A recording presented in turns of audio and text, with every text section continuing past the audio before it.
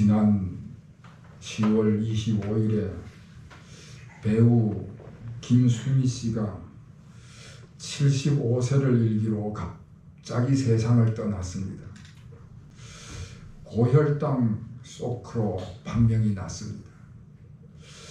27일에 발인을 했는데 그 영정사진을 보니까 집사 김수미, 그러니까 기독교인이었더라고요. 장례식 이후에 그분에 대해서 각 언론에서 재조명을 하는데 그분이 3년 전에 유서를 작성했던 것이 나왔습니다. 내 장례식은 파티까지는 아니어도 웃으면서 작별하면 좋겠다, 그런 생각이라면서 내 장례식에서 내가 만든 노래를 들려주고 싶다, 그러고는 유서곡을 제작을 했습니다. 그 유서곡의 제목이 나팔꽃인데, 먼저 가신 어머니가 나팔꽃을 너무 좋아하셨고, 그래서 그 나팔꽃을 볼 때마다 어머니를 그리워했다 하는 그런 내용입니다. 그리고 그분이 배우로서 아주 훌륭한 업적을 남겨서 모든 연예인들에게 기감이 되는 삶을 사셨습니다. 여러분, 우리 속담에 호랑이는 죽어서 가죽을 남기고 사람은 죽어서 이름을 남긴다 하는 말이 있습니다. 호랑이는 죽으면 가죽 같은 물질적인 것을 남기지만은 사람은 세상을 떠난 후에 그 사람의 좋은 평판, 다시 말해서 긍정적인 기억으로 남을 만한 일들을 위해서 최선을 다하라는 의미를 담고 있는 속담입니다. 오늘 본문 말씀은 모세가 이스라엘 백성들에게 남긴 유서와 같은, 모세가 이스라엘 백성들에게 남긴 유서와 같은 아주 긍정적인 기억으로 남을 만한 그런 말씀입니다. 모세가 평소에도 모든 사람들에게 본이 되는 아주 좋은 평판을 받을 일을 많이 했지만은 마지막 세상을 떠나면서도 정말 우리 믿음의 후손들에게 기감이 되는 꼭 기억해야 될 말씀을 남겼습니다. 이스라엘 사람들이 40년이란 긴 대장정의 그 광야 생활을 마치고 이제 가나안으로 들어가게 됐습니다. 요단강만 건너면은 가나안 땅에 들어가는 것입니다. 그동안에 수많은 고난을 겪었는데 이제 다 끝나고 새로운 삶, 복된 삶이 시작되는 그런 시간이었습니다. 그런데 하나님께서 모세에게는 가나안 땅에 같이 들어갈 수 없다 말씀을 하셨기 때문에 모세가 세상을 떠나면서, 그 이스라엘 백성들을 떠나면서 너희가 이제 가나안 땅에 들어갔을 때에는 이렇게 삶을 살아라 하는 설교를 한 말씀이 오늘 본문이 있는 신명기서입니다. 그 중에서도 오늘 본문 말씀은 너희들이 그곳에 들어가면 땅을 차지하게 될 것이고 이제 그곳에서 농사를 짓고 수확물을 거두게 될 텐데, 그럴 때 하나님께 이렇게 감사해라. 하나님께 감사하며 살아야 될 이유를 들어가지고 말씀하신 그 말씀이 오늘 본문의 말씀입니다. 제일 먼저 하나님 앞에 감사를 할 때 지난날의 고난을 회상을 하면서 하나님 앞에 고백하라. 그런 말씀을 하십니다. 5절 이하의 말씀에 보면은 이스라엘 사람들은 본래 방랑하는 아람 사람으로 소수의 사람이었다 이야기를 합니다. 그러니까 자기 땅이 없어서 이리저리 방랑하고 헤매고 돌아다니던 불쌍한 민족이었다는 것입니다. 자기 삶을 살아갈 근거지나 정착지가 없어서 가는 곳마다 소외를 당하고 눈치를 봐야 하고 쫓겨다니는 그런 불쌍한 민족이었다는 말씀입니다. 그러다가 그들이 애굽에까지 흘러 들어가게 됐습니다. 그렇게 해서 애굽 땅에 정착을 했는데 참으로 다행스럽게 그 민족의 숫자가 굉장히 많아지고 번성을 했습니다. 그런데 문제는 숫자가 적었을 때에는 애굽 사람들에게 별다른 간섭을 안 받고 삶을 살았는데 자꾸 숫자가 많아지니까 애굽 사람들이 텃세를 하기 시작을 하는 것입니다. 급기야는 애굽 사람들이 이스라엘 사람들에게 위기의식을 느껴가지고는 이스라엘 백성들을 학대를 하고 핍박을 하기 시작을 하는 것입니다.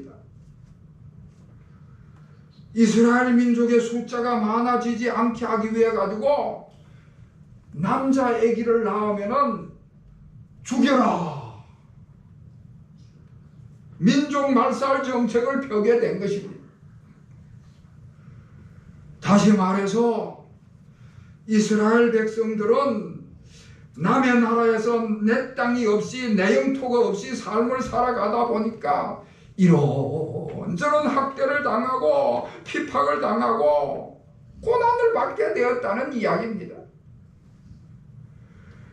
내 땅 내 영토가 있어가지고 거기에 발을 붙이고 거기에 근거해서 삶을 살아야 하는데 그게 없다 보니까 그만큼 고난을 당하고 서러움을 겪을 수밖에 없었던 것이지요. 여러분, 우리나라도 식민지 생활을 한 적이 있었습니다.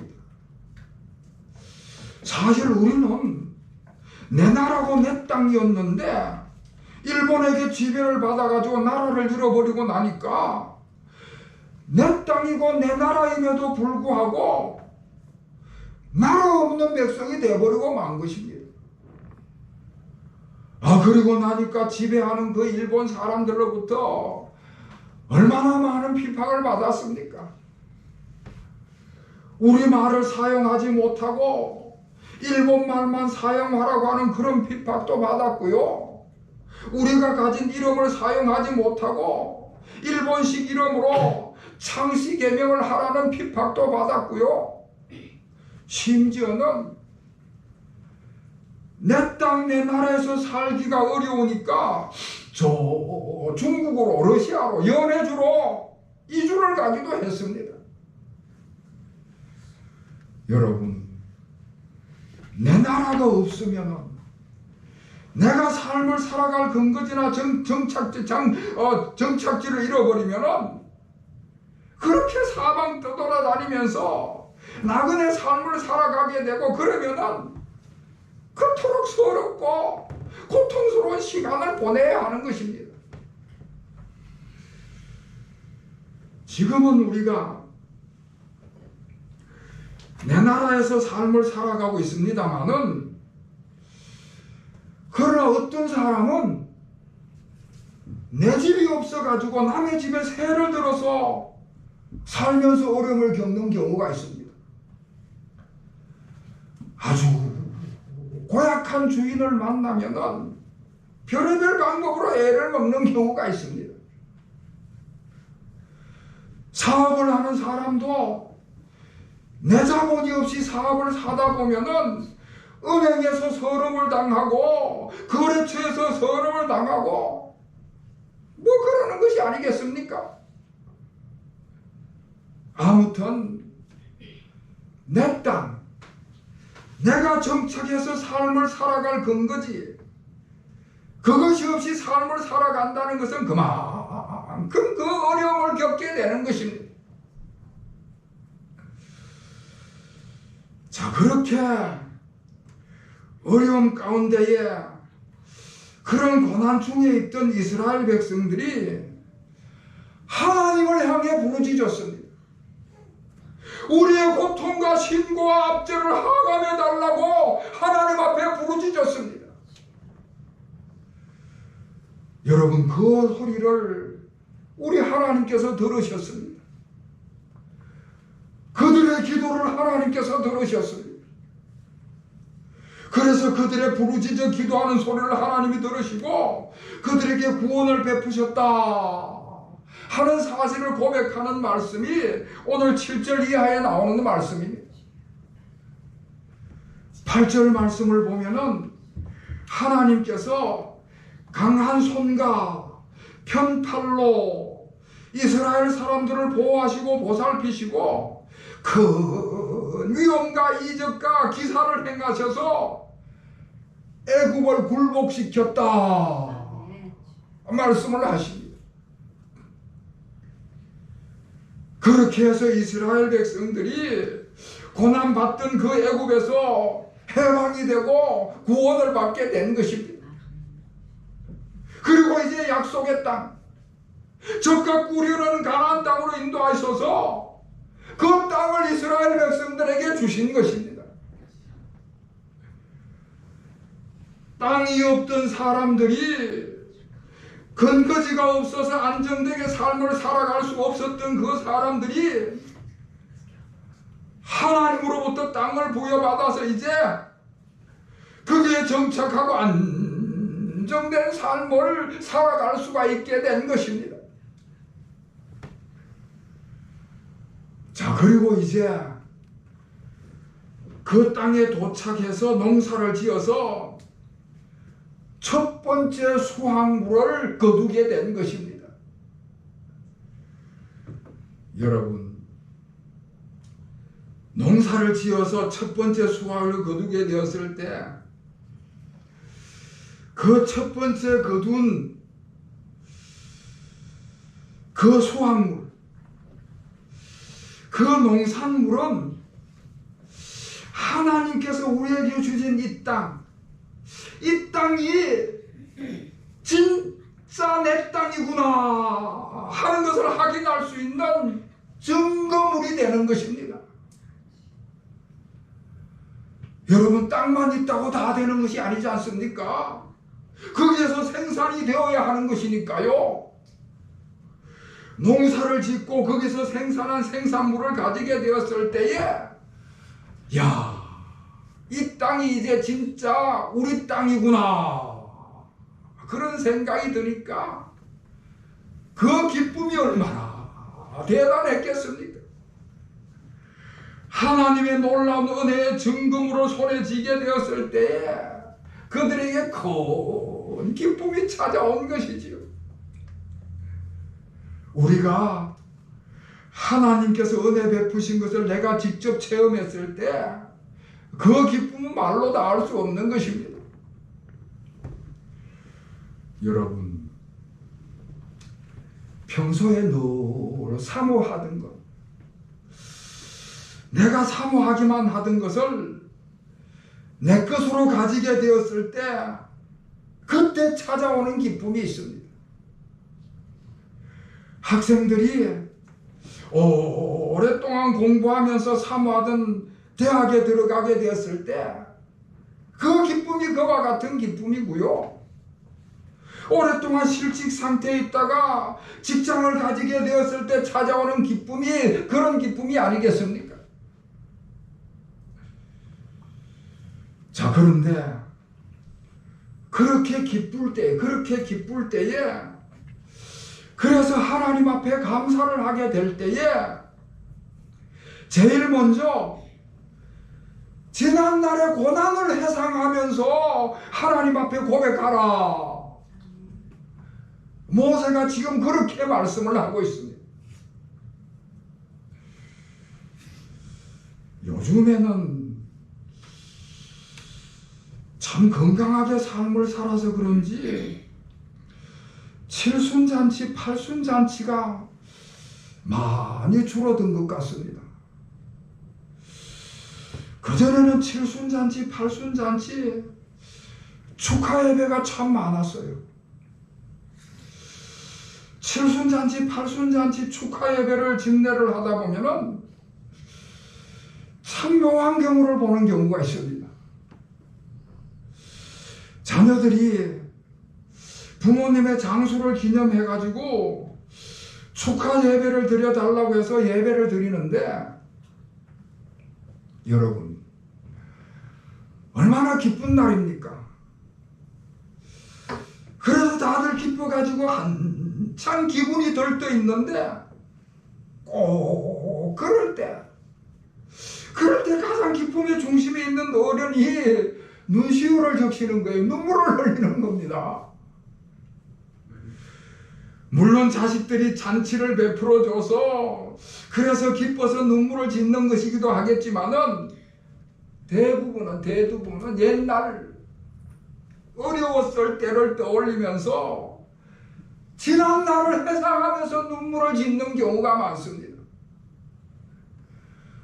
혹이라도 아내나 남편이 먼저 세상을 떠난 분이라면 그 아내와 남편을 생각하면서 눈물을 짓는 경우가 많습니다. 한참 분위기가 뜨는 판인데 그만 주인공이 눈물을 흘리면 분위기가 착 가라앉게 되는 것이지. 그러면 그걸 모르는 자녀들은 왜 이렇게 좋은 때에 오냐고 초채 부린다고. 그러나 그 깊은 심정을 모르면 그러는 것이지.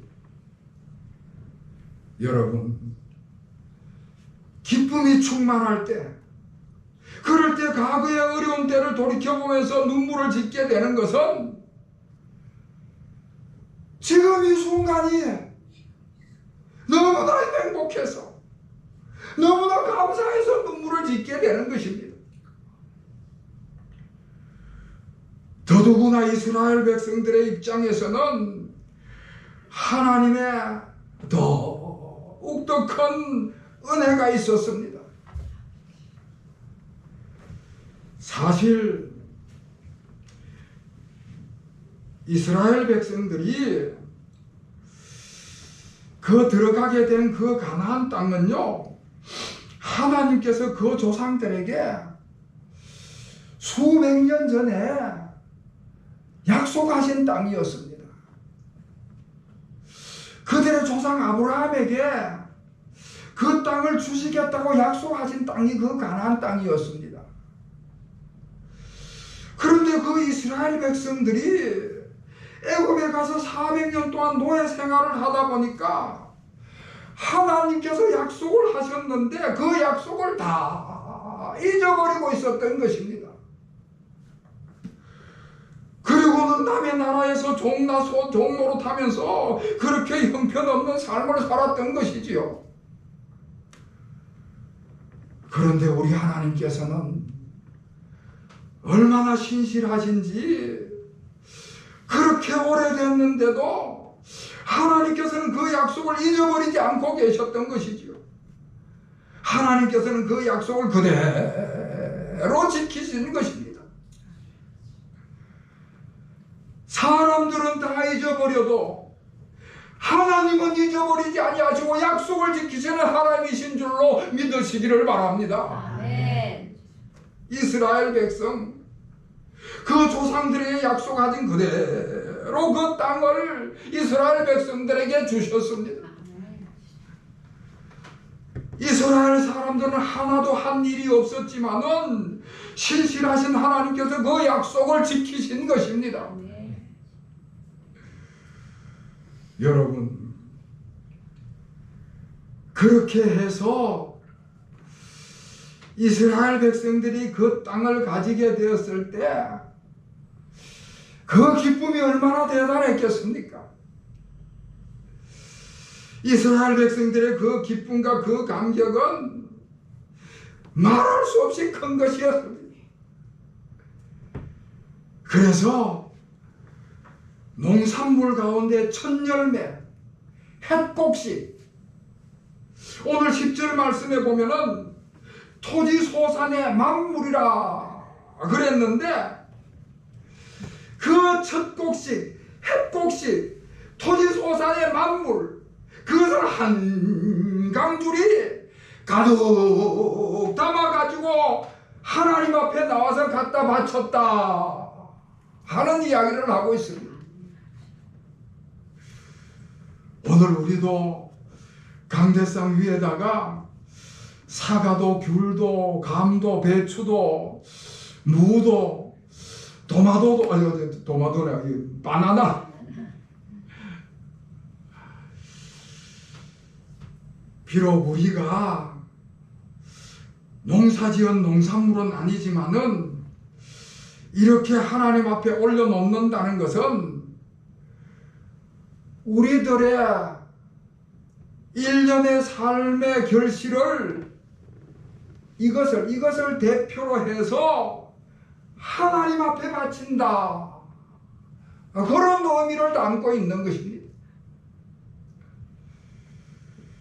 여러분, 이스라엘 백성들에게 하나님께서 그 땅을 주셨습니다. 자기들은 생각도 못했지만, 자기들은 아무 계획도 없었지만 하나님께서 그들에게 땅을 주셨습니다. 그리고 그 땅에서 땀을 흘리고 수고를 했더니 하나님께서 많은 수확물을 거두게 하셨습니다. 땅도 주시고 수확한 것도 다 하나님의 것이기 때문에 그 하나님의 것을 몽땅 다 하나님께 드려야 마땅한데 그 가운데 대표가 되는 첫 열매를 구별해서 하나님 앞에 올려놓고 그렇게 바친 것입니다. 첫 열매를 구별해서 하나님 앞에 대표로 바침으로 인해서 이 땅과 이 땅에서 거둔 모든 농산물은 하나님 앞에 바칩니다. 그런 의미를 담고 하나님 앞에 내놓은 것입니다. 우리나라에는 우리나라에 참 좋은 풍습 가운데 하나가 자녀들이 직장에 들어가서 첫 월급을 받으면은 그 첫 월급 받은 것을 가지고 부모님 속옷을 네일을 사드리는 그런 풍속이 있습니다. 글쎄 인터넷에 검색해 보니까 여러 가지가 이유가 있긴 하던데 아무튼 다른 것도 많이 있는데 꼭 첫 월급을 받으면 부모님 네일을 사드리는 그런 풍속이 있습니다.